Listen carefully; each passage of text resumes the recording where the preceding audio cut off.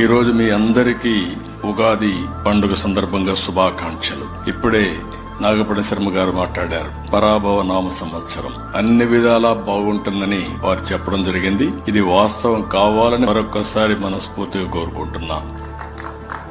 రెండు రాష్ట్రాల్లో ఉండే తెలుగు ప్రజలకి, వివిధ రాష్ట్రాల్లో ఉండే తెలుగు ప్రజలకి, ప్రపంచ వ్యాప్తంగా ఉండే తెలుగు వారందరికీ ఉగాది శుభాకాంక్షలు. ఉగాది అనేది తెలుగు వారి తొలి పండుగ.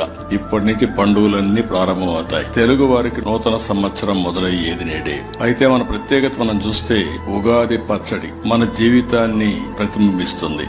ఉగాది పచ్చడిలో ఇప్పుడే అందరూ సేవించాం, అది మన ఆచారం. ఇందులో చూసి తీపు, పులుపు, ఉప్పు, కారం, చేదు, వగరు అనే రుచులు ఉన్నట్లే మన జీవితాల్లో కూడా కష్ట సుఖాలుంటాయి. కొంతమంది ఎక్కువ కష్టాలు తెచ్చుకుంటాం, కొంతమంది బ్యాలెన్స్ గా ఉంటే కష్టాలను అధిగమించే శక్తి కూడా